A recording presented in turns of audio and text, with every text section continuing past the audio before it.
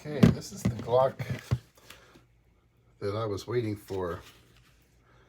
As soon as Glock announced they were coming out with the Gen 5s and I had a chance to check one out, I thought, man, I hope they come out with one in 40. I know a lot of people don't care about that anymore. You can see it's the Model 22 Gen 5 40 caliber. I, unlike some people, still like the 40. I think more is more, and I've always had good luck with the 40 caliber Glocks. So this is my little, instead of a tabletop review, I'm doing a little mini freezer top review. Back in the day, I actually had Barstow make me a 40 caliber barrel for my Glock 37, which was the 45 gap, and had a wide slide on it like the 45s and the 10 millimeters. And with the Gen 5 40 calibers, Glock basically went with the same idea. A friend of mine who was a training officer in Topeka, Kansas, they had some 40 caliber Glocks, and they ended up going back to the 9, some issues they had running them. And he tried it out for a while, and he said that's really what he thought Glock should have done from the start with the 40. And I'm sure there were other people with the same idea. But to have something like that come, this is not quite as wide, I think. I think the slide is like 1.08 inches. And I think the 45 and the 10 is like 1.12 inches. But should help the gun survive a little better, over thousands of rounds. Have not as many parts, breakages, and wear and tear as you do with the 40 caliber in that lighter 9mm size slide. On this particular gun, you can see I swapped out the standard trigger with an Apex trigger, just because I like the feel of the shoe a little better, and that little safety in there doesn't irritate your finger as much. Put one of those little grip plugs in there. I'm not really going to put a mag funnel on it like I did on my agency arms. I had this 509T lying around. I found a plate for it. It's a DPP titanium plate I bought off of Amazon. It's made out of aluminum. I was going to do the C&H Precision, like most of the plates I've done. I thought I'd give this one a try, and it seems pretty nice. The first day when I picked this pistol up at the shop, I went out and shot it with just the plastic sights. I guess you can't say iron sights in this case. I personally always kind of liked the sight picture with the original Glock sights, and they kind of changed it on the Gen 5 to actually make it a little better, a little smaller dot up front. You're not actually, you can actually fill the dot in that square. It shot really accurately. My first 5 rounds at 7 yards basically were touching.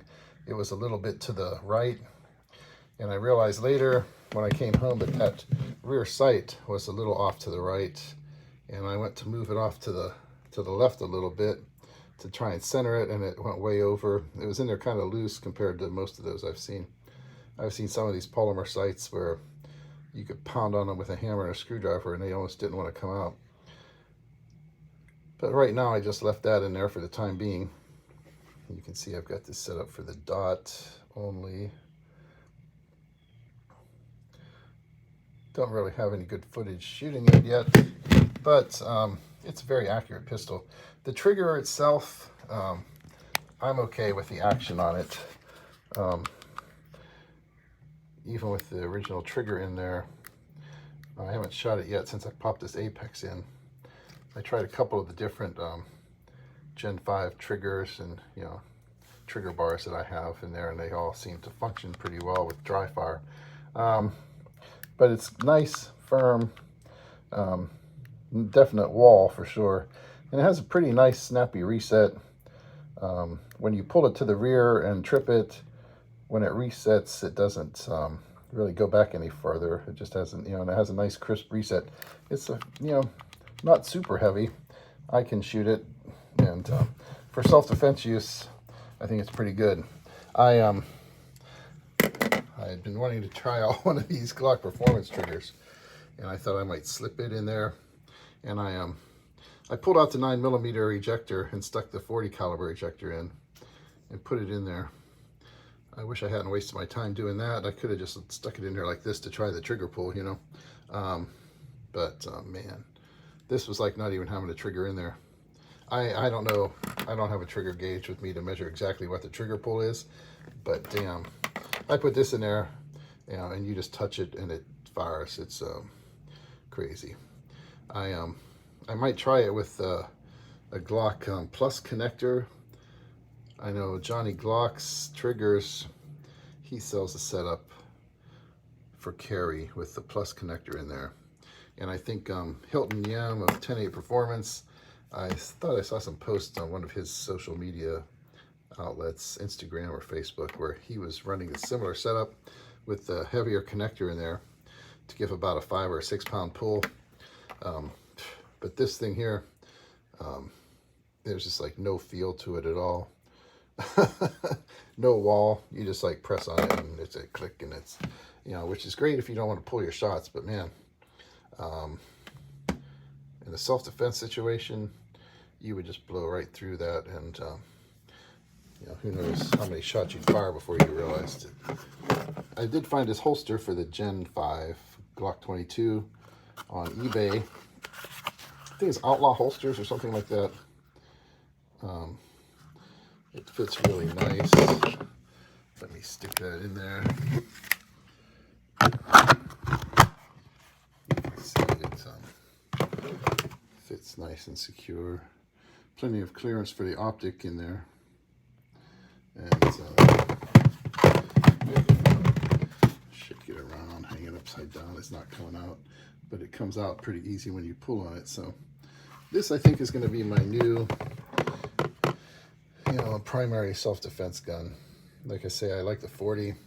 I have an M&P in 40 that I was carrying too, and I don't know. I think, yeah, I was thinking about finally buying a P320, you know, the M18 or something, and I've got actually a P320 grip module and a long slide with both the 40 caliber and 357 SIG barrels, but I had wanted one of these from the time I found out they were finally going to come out with them, and I thought, you know, I got to do it, and I'm happy I did. They might not be as perfect ergonomically as some other pistols and as refined a trigger pull, though certainly this one is really nice in my opinion. You know, I've been shooting Glocks since they first came out, though. I'm an old guy. I've seen all the different generations of them, and you know, after a while you just get used to it. One thing about this, and with this stock trigger and everything in there, I don't think I'm going to have any issues like you hear about people having with the P320 just going off and stuff like that. And even though supposedly some of these issues have been fixed as far as the drop safety, still, from purely from a safety point of view and just being used to it and knowing that it works, I'm really excited to put some more rounds through here. I've only put, I don't know,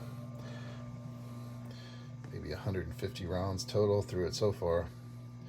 Took it back out after I mounted this 509T on it to sight it in just a little bit, and it's nice. It really accurate pistol. I might like a little bit lighter trigger pull. Certainly I'm not going to mess around with this unless I get a heavier connector.